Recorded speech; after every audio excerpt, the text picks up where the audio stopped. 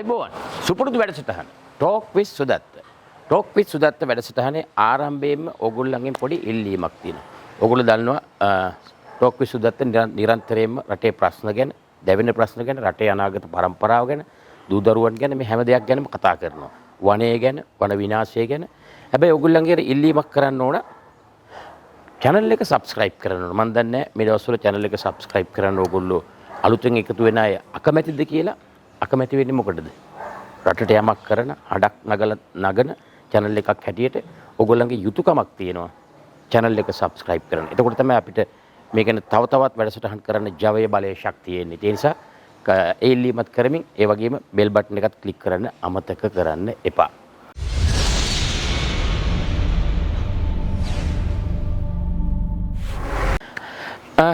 පෙරේදා. ඒ කියන්නේ අද මේ වැඩසටහන රෙකෝඩ් කරන වෙලාවට පෙරේදා දවස් දෙකකට ඉස්සෙල්ලා පස්වර සිදුවෙන භයානක බස් අනතුරක්. ඒ ගැනත් සමාජයේ මේ පිරිහීමට ලක් වෙලා තියෙන්නේ කොහොමද? ඒ ගැන ඉතා ගැඹුරින් කතා කරන්න අපි අද වැඩසටහනට එකතු කරගන්නවා. අපිට ආදරය කරන, රටට ආදරය කරන, කලාවට ආදරය කරන, අපේ මිනිසාට ආදරය කරන ආදරණීය මහාචාර්යවරයා, ज्येष्ठ महाचार्य पैट्रिक रत्नायकයන්. සර් ආයිබෝන් කොහොමද සර්? ආයෙත් ඉඳහිට අපි හම්බ වෙනවා. මොකද රටේ තියෙන වර්තමානයේ තියෙන ප්‍රශ්න ටිකක් ගැන ගැඹුරින් කතා කරන සුසුම් පුද්ගලයා තමයි මට ඉන්න සම්පත්දායකත්වයේ උපරිම ලබා දෙන සර්. මටත් පොඩි සතුටක් දැනෙනවා. ඉරිදා දවස අද හැන්දෑව Belos within 5 minutes hair color for men and women. Keratin සත්කාරයේ සමගින් හිස කෙස්වලට ස්වභාවික කළුබෑයක්. Belos හැමදාම තරුණ පෙනුමකට. මම ගෙදරටම ඇවිල්ලා ඉඳහිට ඒ කියන්නේ අපේ හිතේ කැකෑරෙන දේවල් මිනිසුන්ට කියා ගන්නත් එක හොඳ තෝතැන්නක් ඔබේ නාලිකාව. ඔව් සමන් අර වැඩසටහන ආරම්භයේම කිව්වේ රටේ මේ එක එක ඛේද වාචකයන් කනට වැටෙනවා. විශේෂයෙන්ම අර 14 දිනකට මරු කැඳ වූ අනතුර පස්සර. මොකද මේ අපිට වෙලා තියෙන්නේ?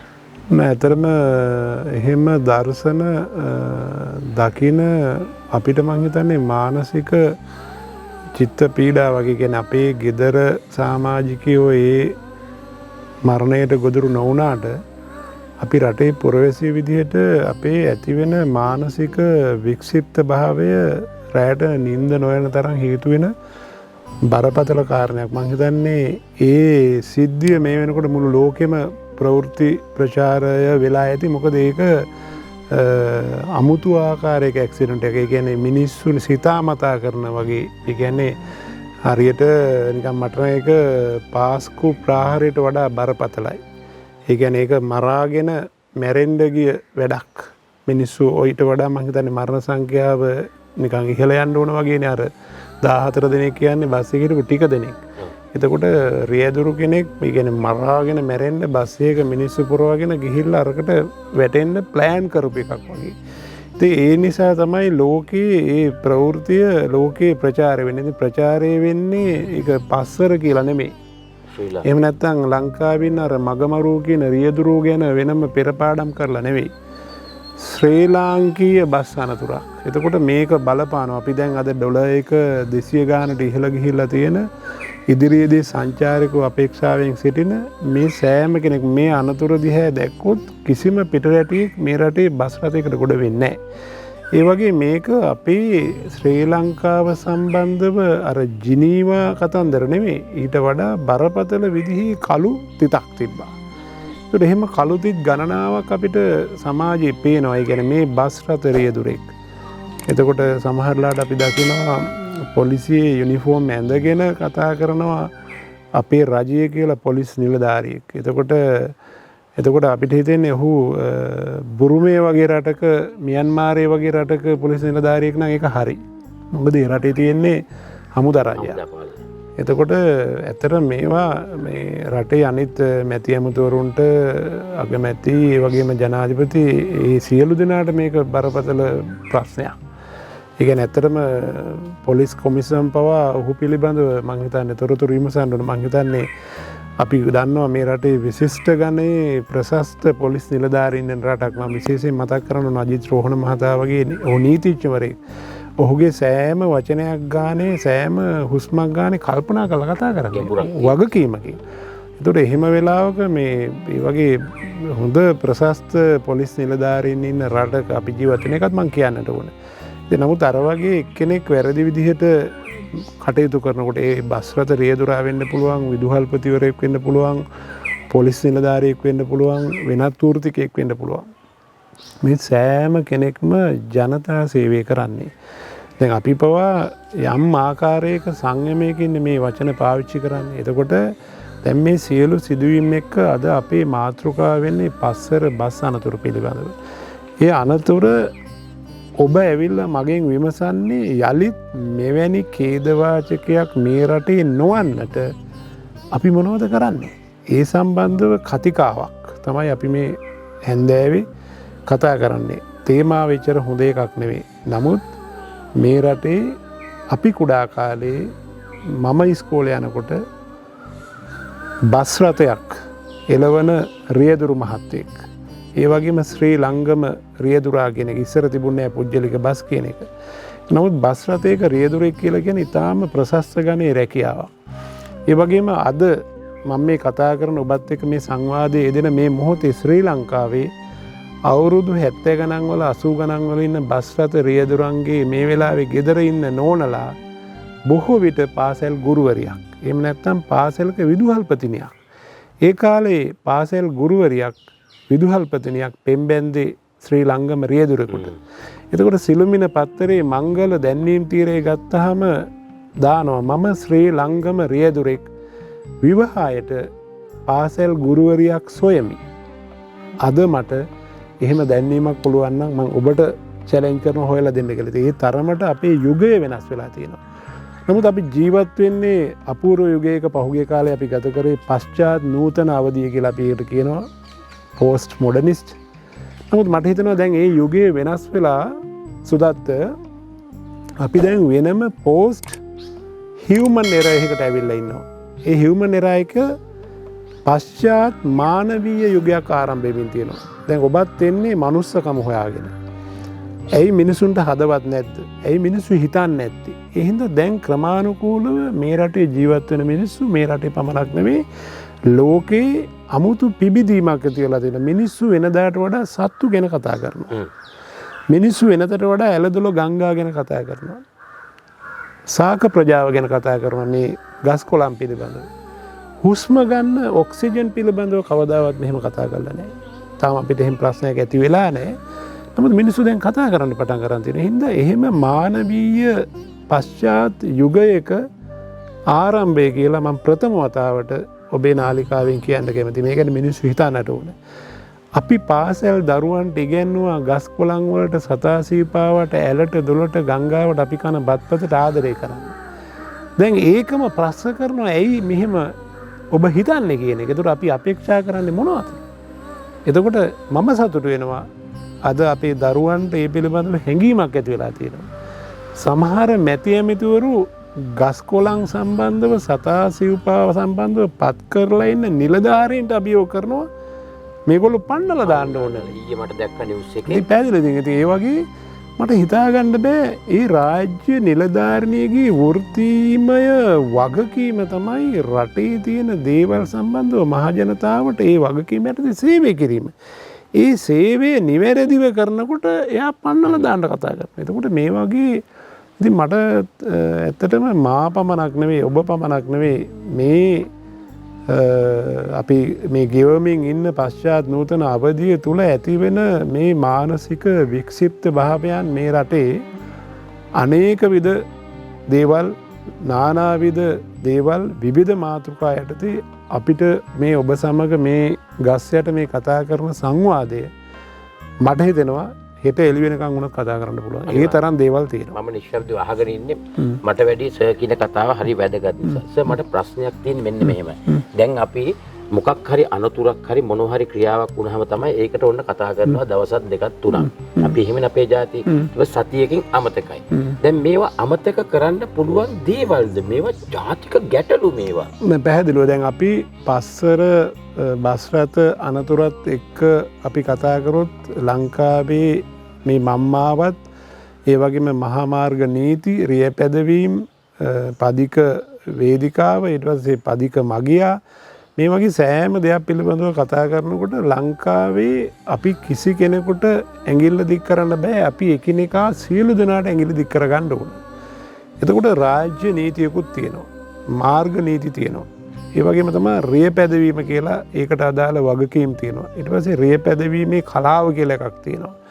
මේ විවිධ දේවල් මේකට අදාළ වෙනවා. ඒ වගේම නීතිය වගේම ආචාරශීලීත්වය මේ වගේ විශාල පරාසයක මේ කතාව කරන්නට පුළුවන්.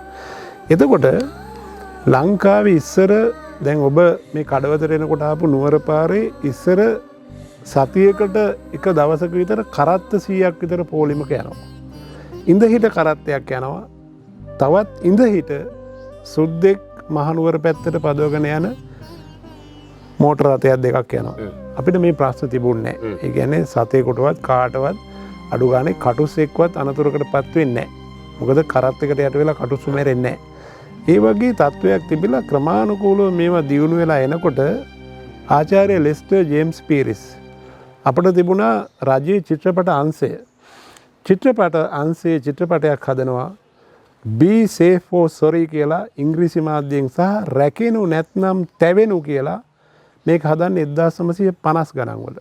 ඒ හදන්නේ මේ රටේ මෝටර රථ බස් රථ වැඩි වෙනකොට පාරේ යන මගියට මෝටර රථේ පදවන රියදුරාට සමස්ත රටේ මිනිසුන්ට මහා මාර්ගයේ තියෙන අනතුර පිළිබඳව රැකෙනු නැත්නම් තැවෙනු කියලා මේක ගොඩාක්ම පාසල් ළමුන් අහිංසක මිනිසුන් කේන්ද්‍ර කරගෙන හදා එහෙම උදාර සංකල්පයක් අපිට තිබ්බ රටක්.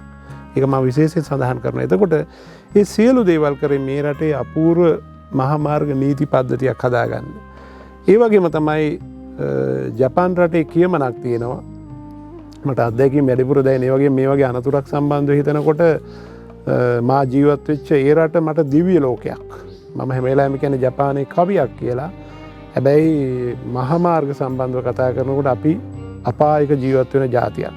එතකොට ඒ කියමන තමයි ඕනෑම රටක ගුවන් තොටුපළේ ඉඳලා ගුවන් තොටේ සිට අගනුවර දක්වා අපි ගමන් කරන කාලය තුල පුළුවන් ඒ රටේ මිනිස්සු මහා මාර්ගය පාවිච්චි කරන විදිහ රථ වාහන එළවන විදිහෙන් ඒ රටේ මිනිස්සුන් පිළිබඳ චිත්‍රණයක් ඇති කර ගැනීමට හැකි කියලා කියමනක් තියෙනවා. එතකොට කටුනායක ගුවන්තොටුපළේ ඉඳලා කොළඹ නගරයකට එන විදේශිකයෙකුට ජපනෙකුට හොඳටම වැඩි දුර එන්න ඕනේ නැහැ. මං හිතන්නේ ජායල කඳාන හරියට එනකොට අපි කවුද කියලා ඒගොල්ලන්ට දැනගන්න පුළුවන්. මේක අපුරු කියමනක්. එතකොට මේ වගේ විවිධ අංශවලින් විවිධ කෝණයන්ගෙන් විවිධ මානයන්ගෙන් මේ පස්සර අනතුරු සම්බන්ධව මම දකිනවා. එතකොට ඊතර මම දකිනවා එකක් තමයි අපිට කොච්චර නීති රීති හැදුවත් අපිට තාම නීති රකින්න පුළුවන් සම්පූර්ණ වෙච්ච මාර්ග පද්ධතියක් නැහැ. ඒක තාමත් අපි පහේ ශිෂ්‍යත්වය ඉගෙන ගත්තා වගේම මේ රට නොදියුණු රටක්. ඒ වගේම අපේ මාර්ග පද්ධතියක් දියුණු නැහැ. මොකද එතන අපි ස්ථානයට ගියොත් ඒක එක පැත්තකින් හෙලක් කඩාය වැටලා තියෙනවා.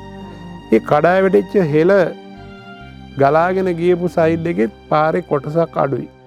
මේ පැත්තෙත් කොටසක් අඩුයි. යන්තමින් එක වාහනයකට අර අපි කියන්නේ ෂේප් එකේ මාරු වෙන්න පුළුවන් තැනක තමයි මේක වෙන්නේ. එතකොට මාර්ගයේ සම්බන්ධව නීති රීති පද්ධතිය ක්‍රියාත්මක වෙලත් නැහැ. ඒ වගේම අපිට පේනවා දෙපැත්තේ වංගු තියෙනවා. එතකොට බස් රථයක් එනවා ඔහුට පාලනය කරගත නොහැකි වේගයකින් එනවා. ඒ වගේම අනිත් පැත්තෙන් දකින ඒ ටිපර් රථයත් අපි ටිපර් රියදුරු ගැනත් හොඳට දන්නවා. ඒගොල්ලෝ ගොඩක් උඩ ඉන්නේ. බස් එකේ අයත් උඩ ඉන්නේ. ඒ හින්දා පහළ අය ගැන කිසිම තැකීමක් නැහැ. මං හිතන්නේ ටිපර් රථ සම්බන්ධව බලනකොට අපි දන්නවා පොලිසියට පවා ඇඟ කිලි පොළන පොලිස් නිලධාරීනුත් යට කරගෙන යන වැලි අදන ටිපර් රියදුරා අත්දැකීම් තියෙනවා. ඒ වගේ අත්දැකීම් තියෙන ඕන තරම්. එතනදී අපි ඇත්තටම ඒ පොලිසිය නිලධාරීන් ගැනත් අපි කනගාටු පළ කරනවා. ඒගොල්ලෝ පාරින් නා යට කරගෙන ගිය අවස්ථා අපිට මතකයට එනවා. එතකොට දැන් අර බස් රථය එන වේගය දැක්කහම ඇත්තටම මේ රටේ බස් රථ රියදුරෝ සහ ත්‍රීවීලර් පදවන අය මම දන්නේ ඒගොල්ලන්ට ඩ්‍රයිවිං ලයිසන්ස් දීලා ඇති ඉදිරියට යන්න එලවගෙන යන්න. ඒගොල්ලන්ට වේගයෙන් යන්න පුළුවන්. ඒක මම හොඳටම පිළිගන්නවා. ඒ වේගයෙන් යන අය වේගය අඩු කරන්නත් පුරුදු වෙන්න ඕන. වේගයෙන් යනවා වගේම වේගය අඩු කරන්න පුරුදු වෙන්න ඕන. නතර කරන්න පුරුදු වෙන්න ඕන. දැන් මේ බස් රථේ එනකොට ඔබට පේනවා මිනිස්සු කීප දෙනෙක් ඒ බස් එකට අත දානවා නගින්න. ඊට කලින් හෝල්ට් එකක් තියෙනවා. එතන දෙයියෝ වැඩ ඉන්නවා. එතන නතර කරලා ඒ මිනිසුන්ටත් ගොඩ වෙන්න ඉඩ දුන්නා නම් මේ 14 දෙනාත් බේරෙනවා. අතනින් ටිපර් රථයත් අමාරුවෙන් යනවා. එයාටත් එන්න පුළුවන්. බස් එකත් ලෝ වෙනවා. මේ සබහා දහමටත් අපි ඉඩ දෙන්න ඕන ජීවිතේ.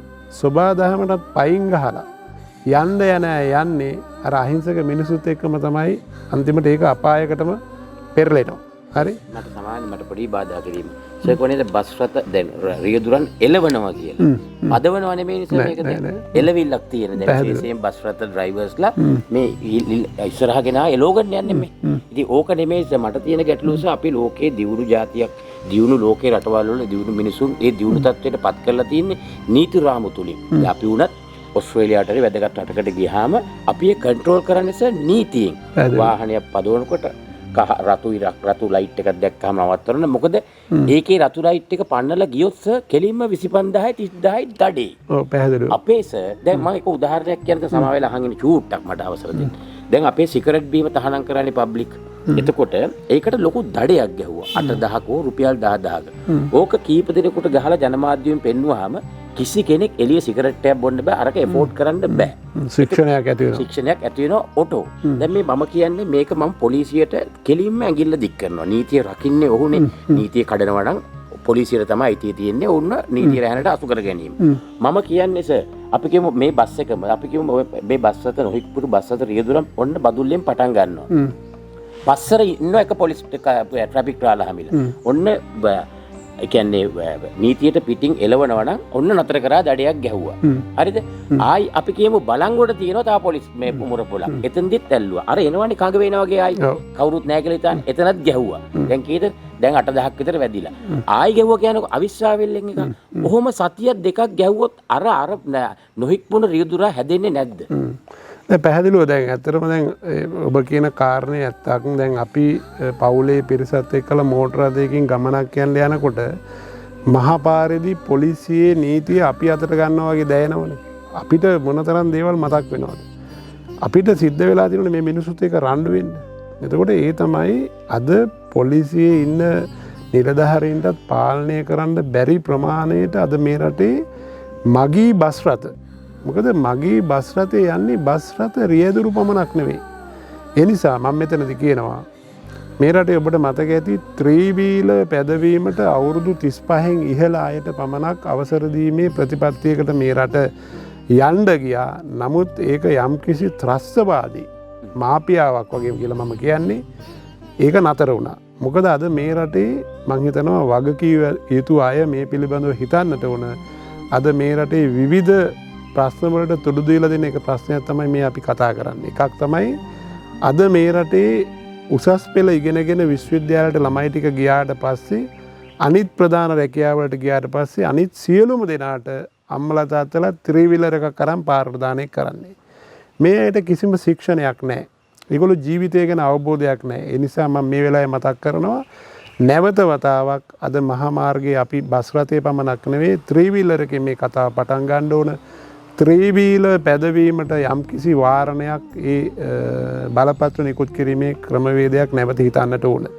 ඒ වගේම තමයි අපි දකිනවා ඕනම පටුපාරක ඕනම තැනක ත්‍රිවීලර් ඉතාම වේගෙන් යනවා. ඒගොල්ලොත් වේගය අඩු කරන්න දන්නේ නතර කරන්න දන්නේ. බස් රථත් එහෙමයි. දැන් පස්සර බස් රථයත් කඩාගෙන එනවා. මට ඇත්තටම මතක් වෙනවා නිකන් අර මේක පොඩි හාස්‍ය දනවන කාරණයක් වෙන්න පුළුවන්. ටිබෙට් ජාතික මහින්ද හාමුදුරුවෝ කිව්වනේ ඉදිරියටම යව් හෙළ ඉනි ඉදිරියටම යව් කියලා. අද ලංකාවේ කවුරුවත් ඉදිරියට යන්නේ ත්‍රිවීලර් ඉදිරියටම යනවා. බස් රථ ඉදිරියටම යනවා. මගේ නම් ඇඟ හිරි වැටෙනවා. නමුත් කොහොම හරි යනවා. මම හිතන්නේ ඔය බස් රථයත් කොහොම හරි අතනින් නිකන් පිම්මක් දාගෙන වගේ යන්න වගේ තමයි ගියේ. නමුත් යන්න බැරි වුණා. ඇදලා දැම්ම පල්ලෙහාට කවුරු හරි. හරි. එතකොට අපි මේවා සම්බන්ධව අනිවාර්යයෙන්ම නීතිය වගේම අපේ ශික්ෂණය කියන එක. ඒ රියදුරා හිතන්න ඕන. දැන් අපි පොඩි කාලේ මතක් වෙනවා බස් රථවල පිටිපස්සේ ඩ්‍රයිවර්ගේ සීට් එකේ ගහලා තිබුණා වෙනමම ජීවිත රැසක් ඔබ දෑතේ කියලා සුදු පාටින් ගහලා තිබුණා. ඒක අපේ හිතවල තියෙන්න ඕනේ. ඒ රියදුරු මහතාගේ හිතේ තියෙන්නට ඕන. ඒ නිසා තාත්තා කෙනෙක් අප්පච්චි කෙනෙක් තමන්ගේ මෝටර රථය අතට ගත්තාම තමන්ගේ බිරිඳ එක්ක රියපදවන කොට හිතන්න ඕනද මං තවත් එක්කෙනෙක් එක්ක යන්නේ කියලා. ඒ වගේම තමන්ගේ කුඩා දරුවෝ ඉන්නවා නම් ඒ දරුවෝ කියලා කියන්නේ අනාගතේ. ඒගොල්ලෝ තව අපිට වඩා ගොඩාක් කල් ජීවත් වෙනවා. ඒගොල්ලන්ගේ ජීවිත ගැන හිතලා අපි එතකොට රියපදවන කලාව වෙනස් කරන්නට ඕනේ. ඒ වගේම අපේ වයසක අම්මා කෙනෙක් ආතා කෙනෙක් යනවා නම් අපි එයාට අනුව රියපදවන්න ඕනේ. ඒ නිසා මං අද ඉල්ලා සිටිනවා තමන්ගේ ගෙවල් දොරවල් වල බස් රථයේ පමණක් නෙවෙයි අද අපි මුළු රටම මේ රියපැදවීමේ කලාව සම්බන්ධව ඒ සංස්කෘතිය සම්බන්ධව දැන් හැමෝම කියන්නේ ජනාධිපතිතුමා පේල් කියලා නෑ අපේ මුළු රටම පේල් මේ සංස්කෘතියෙන් නම්. ඒ කියන්නේ අපි ඔක්කොම පේල් මේ රියපැදවීමේ සංස්කෘතිය සම්බන්ධව. ඒ නිසා මං හිතනවා අපි සෑම කෙනෙක්ම මේ වීඩියෝ මේ සංවාදය බලන සෑම දරුවෙක්ම තමන්ගේ තාත්තලාගෙන් ඉල්ලන්න ඕන තාත්තේ කියලා කියන්න ඕනේ. ඒ වගේම තමයි හැම තැනම අපි දකිනවා හෝන් ගහනවා. හෝන් එකක් ගහන්න ඕන යම් කිසි අර්ථයක් තියෙන තැනකට පමණයි. හැම තැනම ඔය අපි දකින බස් රථ බස් එක අරන් යන්නේ හෝන් එකකින්. හරි එළවනවා අපි. එළවනවා. පිටිපස්සෙන් එළවනවා. නෑ ඒවට වෙනම විශේෂ හෝන් දාගෙන තියෙනවා. එතකොට පොලිස් නිලධාරි බවතුන්ට මම මතක් කරනවා මේ වෙලාවේ මේ සමාජ මාධ්‍ය ඔස්සේ මේවා අපිට කියන්නට වෙන්නේ. ඒ හෝන් පද්ධතිවලට ඒ දඩ ගහන ඒවා දඬුවම් දෙන ඒවා කරන්න ඕනේ. ඒවා බරපතල කාරණා. ඒක හෝන් එකකින් කෙනෙකුගේ ජීවිතය අහිමි වෙන්න පුළුවන්. මට ඒ වගේ වෙලාවක් මතක් වෙනවා. එක්තරා අවස්ථාවක අට්‍රැක්ටරයක් රේල් ගේට්ටුවක් අභියස රේල් ගේට්ටු නැති තැනක ඔහු නතර කරගෙන හිටියා. බස් එක ගැහුවා හෝන් පාරක් කෝච්චිය එන්න කලින්. මේ මිනිහයා ගැස්සුණා ටේලර් එකත් එක්ක රේල් පාර මැද්දට ගියා. තිගැස්මට කෝච්චිය ආවයි මිනිහයා යට කරගෙන ගියා. ඒතර මේ වගේ හෝන් එකකින් පවා මම හිතනවා විශාල පරිසර දූෂණයක් පමණක් නෙවෙයි මිනිස්සුන්ගේ ඝාතන පවා සිද්ධ වෙන්න පුළුවන්. එතකොට අපි පහුගිය දවස්වල කතා කරේ ආපහු කියන්න ඕන අපි කතා කරේ කුඩාක් පාස්කු ප්‍රහාරය ගැන. ඒවා බෝම්බ බැඳගෙන ආවේ. දැන් මේගොල්ලන්ටත් අපි කියන්නේ මග මරුවෝ කියලා. දැන් ඒ මග මරුවෙක් අතින් තමයි පස්සර බස් රථ අනතුරක් සිද්ධ වෙන්නේ. දැන් ඔහුත් අර බෝම්බ බැඳගෙන නොගියට මේ ජීවිත ඔක්කොම අරගෙන විශාල ඝාතනයක් කරන්නේ. මම හිතනවා මම කියන්න කැමති මේක ඇත්තටම සැලසුම් නොකළ කියලා කියන්න බෑ. ඔහු දන්නවා කොතනක ඔහු අනතුරු තියෙනවා කියලා. ඒ නිසා ඔවුන්ට දඬුවම් ලැබෙන්නට ඕන. මම හිතන්නේ ඔහුට දඬුවම් මේ වෙනකොට ලැබිලාද? මැරිලා නෑ සර්. ඔව් මම හිතන්නේ. නමුත් ඔවුන්ට දඬුවම් ලැබෙන්නට ඕන. අඩු ගානේ මම හිතන්නේ මේ වගේ මිනිස්සු ජීවිතාන්තය දක්වා මම හිතන්නේ හිරගෙවල් වලටත් මේවා ප්‍රශ්න. සමාවෙන්න මගේ ප්‍රාර්ථනා නම් අත් දෙකයි කකුල් දෙකයි කැඩිලා විඳවන්න තියෙනවා සර්. මගේ මම බුද්ධ ධර්මය මේ ෆිලොසොෆි එක ෆලෝ කරන කෙනෙක්. නමුත් මේ වගේ අපරාධකරුවන්ට දඬුවම් වෙන්න ඕනේ උසාවියෙන් දීලා කූඩු දාන එක නෙමෙයි. කකුල් දෙකක් කැඩිලා මුකුත් දෙල මොංගල් වෙලා ඉන්නේ සර්. මේ වගේ තැනටපත් වෙන්න ඕනේ. නෑ මම හිතන්නේ සබාදහම බොහෝ දේවල් වලට පිළිතුරු සපයනවා. ඒක ඇත්තටම අද අපි මේ කතා කරන මාතෘකාවේ අපි රියදුරෙක් කේන්ද්‍රීයව කතා කරන නමුත් මම සේවය කරන විශ්වවිද්‍යාලය ගත්තත් ඒ කියන්නේ විශ්වවිද්‍යාලයේ ආචාර්යවරුන්ගෙන් පවා අපේ සිසුන්ට මානසික පීඩාවක් නැති වෙන ඒ වගේම දූෂිත තත්ත්වයන් නැති වෙන ගුරුවරු පවා ඉන්නවා. ඒ වගේ විවිධ වෘත්තීන් ඔස්සේ වෛද්‍යවරු ඉන්නවා. ඒ වගේ විවිධ වෘත්තීන් ඔස්සේ මේ දූෂණය මේ දූෂිත බව මේ සමාජයේ එදිනෙදා පැයෙන් පැය විනාඩියෙන් විනාඩිය තප්පරෙන් තප්පරෙන් සිද්ධ වෙන රටක අපි ජීවත් වෙන නිසා අපි අපූර්ව මාතෘකාවක් රියදුරු වෘත්තීය කේන්ද්‍ර කරගෙන කතා කරන එක. එතකොට අපේ රටේ අපි තාම අපිට හොඳ රියදුරු කලාවක් ඇති වෙලා නැහැ. ඒ කියන්නේ සෑම වෙලාවක අපි රිය පදවනකොට අපි කවදාවත් අනික් මිනිස්සු ගැන හිතලා වැඩ කරන්නේ නැහැ. ඒ වගේම අපි දියුණු රටකට ගියොත් අපි මං හරි කැමති ජපානයේ මහා මාර්ග පද්ධතිය ගැන කතා කරන්න. ඒ රටේ වාහනයක් පදවනකොට සෑම කෙනෙක්ම තමන්ගේ වැඩේ හරියට කරනවා. අනුව මේ පාර යන මිනිස්සු ගැන හිතන්න ඕනේ නැහැ. ඉදිරියේ ගැන කෙනා ගැන හිතන්න ඕනේ නැහැ. පස්සේ එන කෙනා ගැන හිතන්න ඕනේ නැහැ. බස් එකේ ඒ සෑම කෙනෙක්ම පාසල් අධ්‍යාපනයේ ජාතික අධ්‍යාපන වැඩපිළිවෙලේ ඒක හොක්කයිඩෝ ඉඳලා ඔකිනව දක්වා සෑම පාසලකම එකම විදිහේ ප්‍රොඩක්ට් එකක්. එකම විදිහේ පුරවැසියෙක් රටට හදන්න. ඒ නිසා ඔවුන් රිය පැදවුවත් වෙන වගකීමක් දැරුවත් ඔවුන් සියලු දෙනාම එක හා සමානව කටයුතු කරනවා. ඒ නිසා මේ සියලු දෙනා එක රකින්න නිසා කවුරුවත් ගැන හිතන්න ඕනේ. නමුත් අපි මම වාහනයක් ගත්තොත් මේ අහගෙන ඉන්න ඔබ හිතන්න මම වාහනයක් එලවගෙන යනකොට මගේ ඉදිරියේ එක්කෙනා කොයි වෙලාවෙ බ්‍රේක් ගහයිද කියලා මම සූදානම් වෙලා යන්න ඕනේ. ඒ වගේම පිටිපස්සෙන් එන බස් එක කොයි වෙලාවෙ මට දමලා අනීද කියලා මම බයෙන් යන්න ඕනේ. ඒ වගේම සයිඩ් එකේ යන මෝටර් සයිකල් එකකින් මේ අලුතෙන් ගත්ත වාහනේ බේර ගන්න ඕනේ. ඊට පස්සේ ඒ අතරේ වම් පැත්තෙන් එන 3 wheeler වලින් මොකද ඒගොල්ලෝ කොහොම හරි අර මං කියන විදිහට ඉදිරියටම යව් හෙලයින ඉදිරියටම යව් කියනනේ කොහෙන් හරි යනවා. සිග්නල් රතු තිබ්බත් එතෙන්ට එනකන් යනවා. ඇක්සිඩන්ට් එකක් වෙලා තිබ්බත් එන මේගොල්ලෝ ඕන තැනක ඉදිරියට යනවා. මෙහෙම තැන් සර්ගේ වයස මුකුරාගේ චරිතයක් මහා ජේෂ්ඨ මහාචාර්ය පැට්ටි රත්නායකයන් කියන්නේ ඉස්සර කාලේ සර් පොඩි කාලේ මෙහෙම සමාජයක් නෙමෙයිනේ තිබ්බේ. එතකොට ඇයි මේ සමාජෙ මේ එන්න පෙරහිමෙන් යන්නේ මොකද්ද අපි දැන් කරන්නේ මේකට? නෑ මෙහෙමයි දැන් ඕනම සමාජයක දැන් ඇත්තටම සුදාත් අහන්න ඊටාම වටිනා ප්‍රශ්නයක්. මේ සියලු දේවල් වලට මේ මානව පරිණාමය මේ මිනිස් පරිණාමය ඒ කියන්නේ අපි එදා වගේ නෙවෙයි අපට අද සල්ලි තියෙනවා. එදා වගේ නෙවෙයි එදා කරත්ත වලින් ගියා වගේ ඉබි ගමනින් යන ඒවා නෙවෙයි අද ප්‍රවාහන පද්ධතිය දියුණු වෙලා තියෙනවා. පැයට කිලෝමීටර් 350කින් යන වේගයෙන් යන කෝච්චි දක්වාද දියුණු වෙලා තියෙනවා. ඒ වගේම මේ භෞතික පරිසරය සම්පූර්ණයෙන් වෙනස් වෙලා තියෙනවා. එතකොට මනුස්සකම් ඇර අනිත් ඒවා ඔක්කොම මිල ඉහළ ගිහිල්ලා තියෙනවා. සල්ලිත් තියෙනවා. මනුස්සකම අද පල්ලෙහැටම වැටලා තියෙනවා. ඒකට මම ඒකයි කිව්වේ දැන් මේ ආරම්භ වෙන්නේ අපි ආරම්භ කළ යුත්තේ විශේෂයෙන් ඔබේ මේ ටෝක් විත් සුදත්ත සමග මම අද ප්‍රථම වතාවට කියන්නේ අපි ශ්‍රී ලංකාවේ පශ්චාත් මානවීය යුගය අපි ආරම්භ කරන්න ඕනේ. ඒක අපේ දරුවෝ ආරම්භ කළා තියෙනවා. අද චූටි දරුවෝ තමයි අපේ වන සම්පත ගැන කතා කරන්නේ. අපේ ජලය ගැන කතා කරන්නේ. අපි හුස්ම ගන්න හුස්ම ගැන කතා කරන්නේ. ඒගොල්ලෝ ඒ නිසා ඒක ඇති වෙලා තියෙනවා. අපි ඒකට පොඩි සහායක් දෙන්න ඕනේ. ඒ නිසා ඒකට දේශපාලනය කරන අය, ඒ වගේම පරිපාලනය කරන අය මේ සෑම කෙනෙක් මේ වගේම ගුරුවරු විදියට අපි දැන් අදත් මම හැමතාම කියනවා වගේ මේ රටේ තාම ජාතික අධ්‍යාපන ප්‍රතිපත්තියක් අපිට අවශ්‍ය විදිහට සකස් වෙලා නැහැ. වැඩි ඕනේ මේ රටේ ගොඩාක් අය මේ රටේ මොනවත් නොකර නිකන් හිටියත් මේ බිම වටිනවා. මේ ලෝක සිතියමේ මේ වටිනා බිමක අපි ජීවත් වෙන්නේ.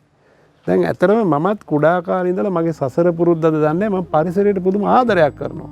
මගේ පරිසරය ඇතුලේ ජීවත් වෙන මිනිසෙක්. ඉතින් ඒ නිසා අපි පරිසරයට ආදරය කරන්නේ මේ ආණ්ඩු පෙරලන්නවත් එහෙම නැත්නම් වනජීවී ඇමතුමාට බයින්නවත් වෙන මොකකටවත් නෙමෙයි අපි ආසයි ඒකට. ඒ නිසා ඒක අපේ කැමැත්තක්. ඉතින් එහෙම පුරවැසියෝ මේ රටේ ඉන්න එක ගැන සතුටු වෙන්න ඕන හැම කෙනෙක්ම. ඉතින් අර වගේ දරුවෝ පරිසරය ගැන කතා කරන එක ගැන සතුටු වෙන්නට ඕන. භාග්‍ය වගේ දරුවෝ ගැන. Belos within 5 minutes hair color for men and women. Keratin සත්කාරයේ සමගින් හිසකෙස්වලට ස්වභාවික කළුබෑයක්. Belos හැමදාම තරුණ පෙනුමකට. ඒ වගේම දේවානි වගේ නිලධාරිනියෝ ගැන අපි සතුටු වෙන්නට ඕන. ඒ වගේම මම මේ වෙලාවෙම කියන්න ඔබ සමග කළ වැඩසටහනක යම්කිසි අංශු මාත්‍රික හෝ ඵලයක් හේතු වෙන්නට ඇති. අද ඒ අධිවේගී මාර්ගයට හසු වෙන ඒ ගහ බේර ගන්න අපිට හැකි වෙලා තියෙනවා. මම හිතන්නේ මහා සංඝරත්නයට හැම දිනාට මේ වගේම රටේ නායකත්වයේ මේ හැම දිනා මේ ජනාධිපතිතුමත් මේක අහන්න ඇතිනේ. ඒ නිසා ඒ සියලු දෙනාට මම ස්තුතිවන්ත වෙනවා. මේ ගහ බේරලා දුන්නේ කියන්නේ ඒක වෙනම යුනික් කාරණයක් වගේම යුනික්. ඒ කියන්නේ බොහොම ප්‍රශස්ත විදිහේ ක්‍රියාවක් හැටියට මම ඒ පිළිබඳවත් අගය කරන්නට අවශ්‍යයි. ඒ වගේම විශේෂයෙන් කියන්න ඕන කාරණයක් තමයි බස් රථයකට ගොඩ වෙන මගියටත් තියෙනවා යම්කිසි වගකීමක්. අපේ රටේ මගියව ගණන් ගන්නේ කෑලි කියලානේ. එතකොට කොන්දොස්තර කියන්නේ මචං ඉස්සරහා කෑලි ටිකක් තියෙනවා දාගෙන යන් කියලා. ඒ කෑලි කියලා එන්නේ අර එළවලු ගෝණි වලට වගේ දේවල් තමයි නුවරඑළිය පැත්තේ කියන්නේ. එතකොට මේ රටේ කෑලි ගන්නට තමයි ගණන් ගන්න. දැන් කෑලි 14ක් ඝාතනය වුණා වගේ කන්නේ දැන් අපිට කියන්න වෙන්නේ අර වටිනා මිනිස් ජීවිතවලට. එතකොට ඈත පෙරදිග අර ජපානය වගේ සංස්කෘතියක මගියට කියන්නේ උත්තමයා කියලා. ගොජෝ සම කියලා වචනයක් තියෙනවා. බස් රථයට ගොඩ වැදුණු උත්තමයා කියලා. ඒ කියන්නේ ඔහුට සරිලන විදියට තමයි ජපානයේ බස් රථයක් වමට හරවනකොට අර මේ වගේ මයික් එකක් ගහලා තියෙන රියදුරාගේ කෝට් එකේ යා කියනවා මම වමට හරවනවා මගියව පරිස්සම් වෙන්න. ඊළඟට දකුණට වංගුවක් එනවා. එතකොටත් කියනවා මම දකුණට හරවනවා ඔබ පරිස්සම් වෙන්න. ඔබ පරිස්සමෙන් ගමන් කරන්න. බොහෝම විනීතව තමයි මේ රියදුරා පදවන්නේ. ඒ වගේම අතට දාඩිය දාන හින්දා සුදු අත්මේස් එකක් දාගෙන තමයි රිය පදවන්නේ. එතකොට දැන් බ්‍රේක් කරන්න එනකොට කියනවා මම දැන් බ්‍රේක් ගහනවා ඉස්සරහා බස් හෝල්ට් එක තියෙනවා. ඔබ පරිස්සම් වෙන්න. හිටගෙන ඉන්න අය ළඟම තියෙන ආධාරකයක් අල්ලගන්න. ඉතින් මේ විදිහට යන්නේ. දැන් අතන කොහොමද ඒ කතාවයි මේ කතාවයි සමාන කරපුවාම ඒ වගේම ඒ යන ගමන් ඒ පරිසරය පිළිබඳව ටේප් එකක් යනවා. ඉදිරියේ රෝහලක් තියෙනවා. රෝහලට යන අය දැන් බහින්න සූදානම් වෙන්න. ඊළඟට පාසලක් තියෙනවා. ඒ පාසලට යන අය දැන් සූදානම් වෙන්න. මේව ඕන තරම් කරන්න පුළුවන්. දැන් අපේ කොහොමද වෙන්නේ? අපේ බස් රථයේ රියදුරා එලවගෙන යනකොට කොන්දොස්තර වෙනමම බස් එකේ ඉස්සරහ අර මේ පාපුවරට බැහැලා මිනිහා කකුලකුත් ඉස්සරහට දාලා අතකුත් ඉස්සරහට දාලා අර ඉදිරියටම යව් හෙලෙන ඉදිරියටම වගේ මිනිහා ඩ්‍රයිවර්ටත් කලින් රියදුරාටත් කලින් මිනිහා යන්නේ. ඒ මදිවට මිනිහා එකතු කරගත්ත සල්ලි ටිකත් මෙහෙම අතේ දාගෙන තියෙන්නේ වෙනම. මේවා හරිම අශෝභන දර්ශන. අසික්කිත දර්ශන. ඒ වගේම තමයි තව වැදගත්ම කාරණයක් බස් එකට ගොඩ වෙච්ච මගියෝ හැම වෙලාවෙම ඉන්නේ Tamanගේ රියදුරා කියලා. Tamanගේ කොන්දොස්තරින්ද Tamanගේ බස් රථය කියලා මොන වැරැද්දක් Tamanගේ බස් රථයේ රියදුරා කරත් අනිත් අයට එරෙහිව කතා කරන්න මේගොල්ලෝ වැරදි සාක්ෂි දෙන තත්වයට බස් මගියෝ පත් වෙනවා. එහෙම නෙවෙයි. ඔබ විරුද්ධ වෙන්න ඕන. කරුණාකර නතර කරන්න. කරුණාකර ළඟම පොලිසියට ඒක වාර්තා කරන්න. ඉතින් මෙන්න මේ වගේ දේවල් ඔබ අනිවාර්යයෙන්ම මගියු හැටියට ඔබ කරන්නට ඕනේ. ඒ නිසා නැවත කල්පනා කරන්න බස් එකේ රියදුරු අතේ විතරක් නෙමේ ජීවිතවල වගකීම තියෙන බස් රථයේ යන මගියෝ ඔබ සැමකි. මම නම් දැන් මේ දවස්වල බස් එකේ යනවා ඉතාලම අඩුයි. නමුත් මේ කොවිඩ් ප්‍රශ්නේ හින්දා නැත්තම් බස් එකෙත් යනවා. බස් රථවල ගමන් කරනකොට අනිත් මිනිස්සු වෙනුවෙන් මම ඕනෑ තරම් ඉදිරිපත් වෙලා තියෙනවා. ඕනෑ තරම් කතා කරලා තියෙනවා. සමහරට මම තනි වෙලා තියෙනවා. සමහරට බස් රථේ කොන්දොස්තරයි ඩ්‍රයිවර්වරු එකතු වෙලා අපිට ගහන්න පව ඇවිල්ලා තියෙනවා. මේ සමහරට අහිංසක ජීවිතයක් වෙනුවෙන් අහිංසක අම්මා කෙනෙක් වෙනුවෙන් අහිංසක අම්මා කෙනෙක් බස් එකෙන් බහින්න කලින් බස් එක අදිනවා. බස් එකට නගිනකොට වැඳලා ගන්නේ ඊට පස්සේ බස් එකෙන් බහින්න දෙන්නේ පයින්න ඕන. පයින්න පුළුවන් අපි වගේ අයට. නමුත් වයසක මිනිසුන්ට පයින්න බෑ. ගන්නේ වැඳලා ඊට පස්සේ එළියට දාන්නේ අර කෑලි ගන්නට. දැන් අරගොල්ලෝ 14 දෙනෙක් එළියට දැම්මේ මලමිනී විදිහට. ඒ නිසා මේ මගමරු සංස්කෘතියට එරෙහිව අපි කටයුතු කරන්න ඕන. ඒ නිසා සෑම කෙනෙකුගේම වගකීම මේ රටේ මේ රියදුරු සංස්කෘතිය, මහා මාර්ග සංස්කෘතිය, පාරේ ගමන් කරන මගියන්ගේ සංස්කෘතිය, මේ මගියෝ ගැන කියන්න ඕන. ඕනම පාරක මගියෙක් පාර මාරු වෙනකොට ඒ එන පැත්තේ වාහන දිහා නෙමෙයි බලන්නේ, අනිත් පැත්ත බලාගෙන මාරු වෙන්නේ. අනිත් පැත්තට පැන්නට පස්සේ ආයෙ අනිත් පැත්ත බලාගෙන. ඒ වගේ જાතියක් අපේ මේ ශ්‍රී ලාංකීය සිංහල જાතිය. එතන එහෙම කපටිකමකුත් තියෙනවා. ඒ වගේම කහයිරක වුණත් යන්න ඉඩ දුන්නාම ටිකක් ඉඳලා යන්න බලන්නේ. එතකොට පැදුරක් කොටයක් දාගෙන නිකන් එතන ඉඳලා යන්න බලන වගේ ස්වභාවයක් තියෙනවා. එහෙම නෙමෙයි. මේක අන්‍යෝන්‍ය වගකීමක් තියෙනවා. අපි හැම දිනාටම වගකීමක් තියෙනවා. මේක අපූර්ව සංස්කෘතියක්.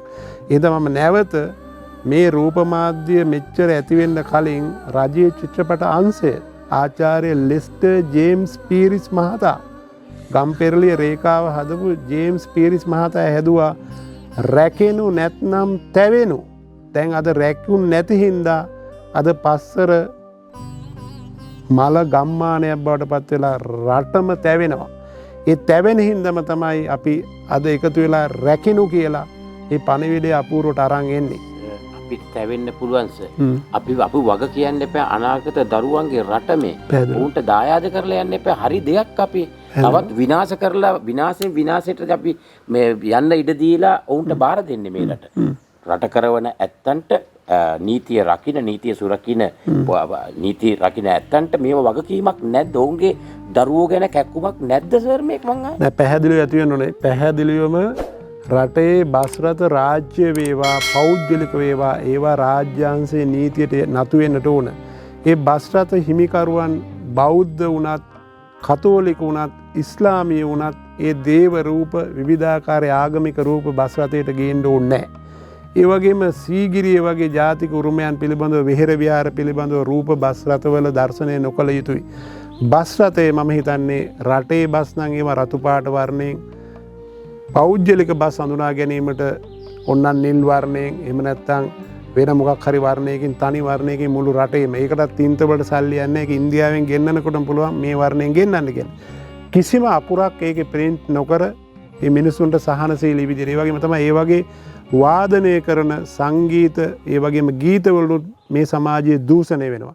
ඒවටත් පුළුවන් නිවැරදි ප්‍රතිපත්තියක් අනුගමනය කරන්න. ඒ නිසා මේ සෑම අංශයකින්ම මේ මගියා වෙනුවෙන් අපට කටයුතු කරන්න ඕන යුගයේ එළඹිලා තියෙනවා. ඒක රාජ්‍ය නීතිය කොහොමද ක්‍රියාත්මක වෙන්න ඕන? පොලිසිය කොයි විදිහට කටයුතු කරන්න ඕන? රියදුරන් කොයි විදිහට කටයුතු කරන්න ඕන? බස් රථ කොන්දොස්තරවරුන් කොහොමද කටයුතු කරන්න ඕන? මගියෝ කොහොමද කටයුතු කරන්න ඕන?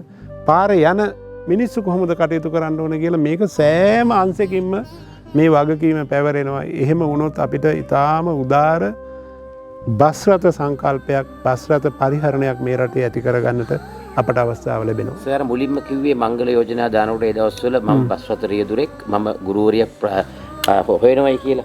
එතකොට සර් අද වෙනකොට ලංගමත් පිරිහිලානේ. ලංගම රියදුරොන් අර පුද්ගලික බස් රථ රියදුරන් වගේම තමයි මේ තරගය අසික්කිත විදියටම තමයි යන්නේ. කවුද වග කියන්න ඕනේ? ශ්‍රී ලංගම්මයට බාරව වෙනම සභාපතිවරු ඉන්නවා, වෙනම ඇමතිවරු ඉන්නවා ප්‍රවාහණයට. පුද්ගලික බස් රථ සඳහා වෙනම ඇමතිවරයෙක් ඉන්නවා. මේ බදු මුදල් වලින් යැපෙන. එතකොට ඒගොල්ලන්ගේ යුතුයකමක් නෙමෙයිද? පැහැදිලිව මට මේ වෙලාවේ හිතෙනවා ඇත්තටම මේ අපේ නියෝජ්‍ය පොලිස්පති මේ අජිත් රෝහණ මහතා මම හිතන්නේ අපිත් එක්ක බොහොම ජනමාධ්‍යයෙන් එකතු වෙන ඔබතුමාට බැරිද අද මොනතරම් ජනමාධ්‍ය ඒ වගේම සමාජ මාධ්‍ය දියුණු වෙලා තියෙනවා. අපි ගමන් යනකොට ඕන තරම් මේ වගේ දර්ශන අපිට අහුවෙනවා. කැමරා වලට මොබයිල් වලට අහුවෙනවා. අපිට එවෙලෙම ඒක දැකලා ඒ මොහොතේම මේ බස් රථවල අංකත් එක්ක මේ මොහොතේම අපිට අප්ලෝඩ් කරන්න තැනක් පොලිස් දෙපාර්තමේන්තුවේ හැදුවොත් ඒ බස් රථේ ඊළඟ පොලිස් ස්ථානෙට ළඟා වෙන්න කලින් ඒක චෙක් කරලා දුරකථන ඇමතුම් මගින් ඔවුන්ව අත්අඩංගු කොට ගන්න වැඩ පිළිවෙල අපි ඔක්කොම සම්බන්ධ කරගන්න මේ වැඩේට මම මේ ටෝක් විත් සුදත් වැඩසටහන ඉල්ලීමක් කරනවා නියෝජ්‍ය පොලිස්පතිතුමාට අජිත් රෝහණ මහතාණෙනි ඔබ මාධ්‍ය ප්‍රකාශක මේක මේ මාධ්‍ය ගැන බලන්න ඕන ඔබත් බලයි කැක්කුමක් තියෙනවා. ඔව් ඉතින් අපිට බැරිද මට මේ මොහොතේ ඇති වුණේ අපි කොච්චර දේවල් දකින්නවද අද ඒවා ඒ සැනින් අපිට පුළුවන් ඒක ප්‍රවෘත්තියක් වගේ සැනකින් අපිට ඒ වරද දුටු තැන ඒ බස් රථයේ සම්බන්ධව හෝ ලංගම වේවා පෞද්ගලික වේවා අපිට වහාම බස් රථ විතරක් නෙමෙයි ත්‍රිවීල ඕනම එකක් සම්බන්ධව පෞද්ගලික වෙන්න පුළුවන් අපිට ඒවා දුන්නාම අපිට හැකියාව ලැබෙනවා එවෙලෙම අපිට අප්ලෝඩ් කරන්න. එහෙම නැත්නම් WhatsApp හරි කොහේ හරි තැනක මොකද පොලිසියයි අපි ඔක්කොම මේ කතා කරන්නේ මේ රට බේරගන්න. හොඳ රටක් හදාගන්න. නැත්තම් මේ රටට අඩු ගානේ සංචාරකයෙක්වත් එන්නේ දැන් අපි බලන් ඉන්නේ කොවිඩ් ඉවරුනහම සුද්දෙක් හරි ඇවිල්ලා අපිට ඩොලර් ටිකක් දීලා යයි කියලානේ. දැන් එන්නේ නැහනේ මේවා බලනකොට. ඒ නිසා අපි මේවට මොකක් හරි සාකච්ඡා කරලා දැන් මේවා කතා කරනකොට මේ ජනමාධ්‍ය වේදීන්ට එරෙහිව කටයුතු කිරීම නෙවෙයි. එහෙම නැත්නම් මේ මතවාද නතර කරන්න කටයුතු කරන එක නෙවෙයි. මේ වගේ අරගෙන හොඳ දෙයකට එකතු වෙලා දැන් අර මම කියනවා වගේ මේවා මේ මාධ්‍ය ඔස්සේ ඉක්මනට දැනුවත් කරන ක්‍රමවේදයකට ගිහිල්ලා මේවට දඬුවම් ලබා දෙන ක්‍රමයක් අපට ඇති කරන්න පුළුවන් කියන අදහස මට මේ වෙලාවේ ඇති වෙන. ඒක මම මේ අලුත් අදහසක් විදිහට ඔබේ නාලිකාව හරහා මම කියන්නේ. වැදගත් මට ඒක තව ගොඩාක් දේවල් කතා කරන්න තියෙනවා. නමුත් කාලේ අරස් වෙනවා අපිට. ඉතින් අවසාන වශයෙන් අපේ මිනිස්සුන්ට සහ රටක පාලනය කරන පාලකයන්ට පොඩියෙන් හරි කියන්නකො දැනෙන්න දෙයක්. නෑ ඇත්තටම මේ අපි කවුරුන් හෝ මට නම් පක්ෂ පාට ભેදයක් නැහැ. හැම වෙලාවෙම හොඳ දේවල් වර්ණනා කරන්නත් යම් කිසි දෙයක් වෙනකොට විවේචනය කරන්නත් මම හරිම කැමැතියි. ඒ නිසා මම හිතනවා මේ සිදුවීම් ජාලාව සහ අපේ මේ සංවාදය පිළිබඳව මම හිතනවා රාජ්‍ය නායකයාගේ ඉඳලා ඒ විවිධ වගකීතු ඒ වගේම මගේ හොඳ මිත්‍රයෙක් සරත් වීරසේකර මහතා මම හිතන්නේ එතුමාට විශාල වගකීමක් තියෙනවා. ඉතින් කරුණාකරලා මේවා බලලා දැකලා මේ රටේ අනාගතය වෙනුවෙන් අඩුගානේ අපි වගේ මිනිස්සු වෙනුවෙන් නෙමේ කුඩා දරුවෝ මං හිතන්නේ මේ බස් රථයේ කී දෙනෙක් මරණ සිද්ධ වෙලා තියෙනවද මම දන්නේ නැහැ. ඉතින් මේවා යම්කිසි ආකාරයකට සාධනීය විදිහට දැකලා මොනවා හරි දෙයක් මේ රට වෙනුවෙන් සාධනීය දෙයක් කරන්න කියන එක තමයි අවසන් වශයෙන් ඉල්ලීම. අපේ බොහොමත් මිස්තුන්ත වෙනවා සර් වැඩසටහනට ලොකු දේවල් ටිකක් අද අපි කතා කරන දැනුවත් කිරීමට ලැබුණා. හැබැයි වැඩක් නැහැ මේක බලලා මේ කණෙන් අහලා අර සින්දු අහනවා වගේ සින්දු සර් අහනවනේ බණත් අහනවා. ඇහුම්කන් දීමක් නැත. අපේ කාර්යභාරය වෙලා තියෙන විශේෂයෙන්ම අපි මේ රටට ආදරෙන සර් මාර කැක්කුමකින් මම දන්නවා නිරන්තරයෙන් මම සර්ත් එක්ක ළඟින් මැසුරු කරනවානේ. කැම්පස් එකේ ගියත් මම දකින්නේ අවසානයේ මහරෑ විශ්වවිද්‍යාලයෙන් පිට වෙන එකම මහාචාර්යවරයා තමයි බය නැතුව මට ඒක කියන්න පුළුවන් මම දැකලා තියෙනවා එකපාරක් දෙපාරක් නෙමෙයි. ඉතින් ඒ නිසා කරුණා කරලා මේ කියන දේවල් අහලා මේ කණෙන් අහලා මේ කණෙන් පිට කරන්නේ නැතුව ගන්න අපි ප්‍රැක්ටිකල් මිනිසුන් වෙමු. නැත්තම් අපිට අනාගතයක් නැත කියලා තමයි කියන්න තියෙන්නේ. සර්ට ජයෙන් ජයම කියලා ප්‍රාර්ථනා කරනවා. ඔබටත් මම ජය ප්‍රාර්ථනා කරනවා. ඒ වගේම රටටත් යහපතක් වෙන්න කියලා ප්‍රාර්ථනා කරනවා.